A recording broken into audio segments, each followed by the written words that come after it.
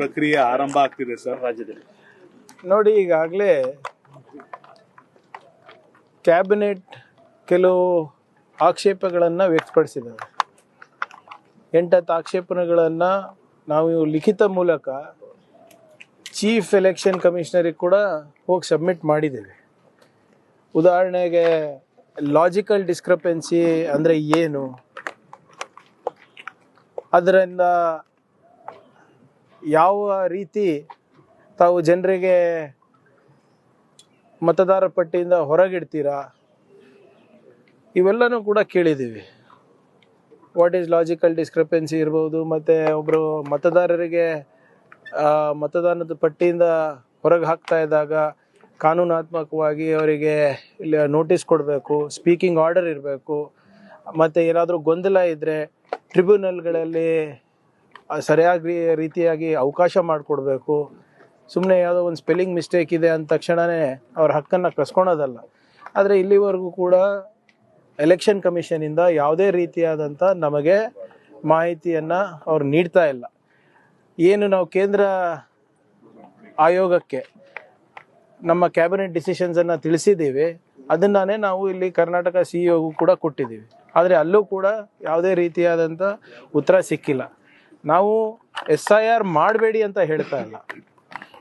Voter roll revision is compulsory and it is the right of the election commission. ಆಮೇಲೆ ಅದಕ್ಕಿಂತ ಮುಖ್ಯವಾಗಿ ಒಂದು ಉತ್ತಮವಾದಂಥ ಮತ್ತು ಹೈಜೀನಿಕ್ ವೋಟರ್ ಲಿಸ್ಟ್ ಕೊಡೋದು ಅವ್ರ ಜವಾಬ್ದಾರಿ.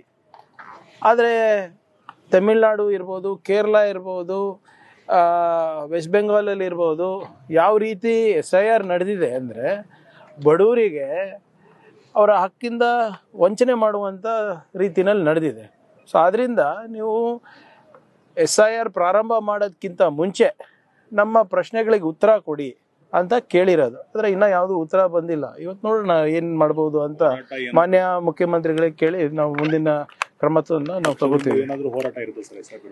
ನೋಡಿ, ಪಕ್ಷಕ್ಕಿಂತ ಫಸ್ಟು ನಾವು ಏನು ಜಾಗೃತಿ ಅಭಿಯಾನವನ್ನು ನಡೆಸಬೇಕು, ಅದನ್ನು ನಾವು ಮಾಡ್ತಾ ಇದ್ದೀವಿ. ಆದರೆ ಕಾನೂನಾತ್ಮಕವಾಗೂ ಕೂಡ ಇದನ್ನು ನಾವು ಪರಿಗಣಿಸಬೇಕಾಗ್ತದೆ.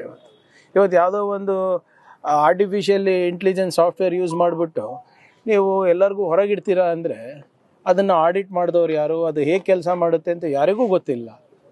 ಈಗ ನೀವೇ ಯೋಚನೆ ಮಾಡಿ, ಸುಮಾರು 89 ಲಕ್ಷ ಜನ ಮತದಾರರ ಪಟ್ಟಿಯಿಂದ ಕೈ ಬಿಡ್ತಾರೆ. ಅವರಿಗೆ ಟ್ರಿಬ್ಯುನಲಲ್ಲಿ ಹೋಗಿ ಅವರಿಗೆ ಕೇಳೋಕ್ಕೂ ಅವಕಾಶ ಇರಲಿಲ್ಲ. ಒಬ್ಬ supreme court judge, retired supreme court judge ಯಾರು ಟ್ರಿಬ್ಯುನಲ್ನಲ್ಲಿ ಇರ್ತಾರೆ, ಅವ್ರು ರಾಜೀನಾಮೆ ಕೊಟ್ಬಿಡ್ತಾರೆ. ಇದು ಮಾಡ್ಲಿಕ್ಕೆ ಆಗೋದಿಲ್ಲ, 4 ವರ್ಷ ಬೇಕು ಆಗುತ್ತೆ ಇಂಥ ಈ ಪ್ರಕ್ರಿಯೆ ಮುಗಿಸ್ಲಿಕ್ಕಂತ ರಾಜೀನಾಮೆ ಕೊಡ್ತಾರೆ. ಸೊ ಹೀಗಾಗಿ ಇಷ್ಟೊಂದು ಗೊಂದಲ ಇದ್ದಾಗ ನಮ್ಮ ಮನವಿ ಏನಿದೆ ಅಂದರೆ, ಎಲ್ಲ ಗೊಂದಲಗಳಿಗೆ ಏನೇನು ಪ್ರಶ್ನೆಗಳನ್ನು ನಾವು ಕೇಳಿದ್ದೇವೆ ಅದಕ್ಕೆ ಉತ್ತರ ಕೊಟ್ಬಿಟ್ಟು ನೀವು ಮಾಡಿ, ರಿವಿಷನ್ ಮಾಡಿ ಅಂತ ಅಷ್ಟೇ ಹೇಳ್ತಾ ಇರೋದು ನಾವು. ಸರ್, ಈಗ ಸಿಎಗಳ ಜೊತೆಲಿ ಸಭೆ ಮಾಡಿದಾಗ ಸರ್, ಗೌರ್ಮೆಂಟ್ ಇಂದ ಒಂದು ರಿಪೋರ್ಟ್ ಕೊಟ್ಟಿದ್ದಾರೆ.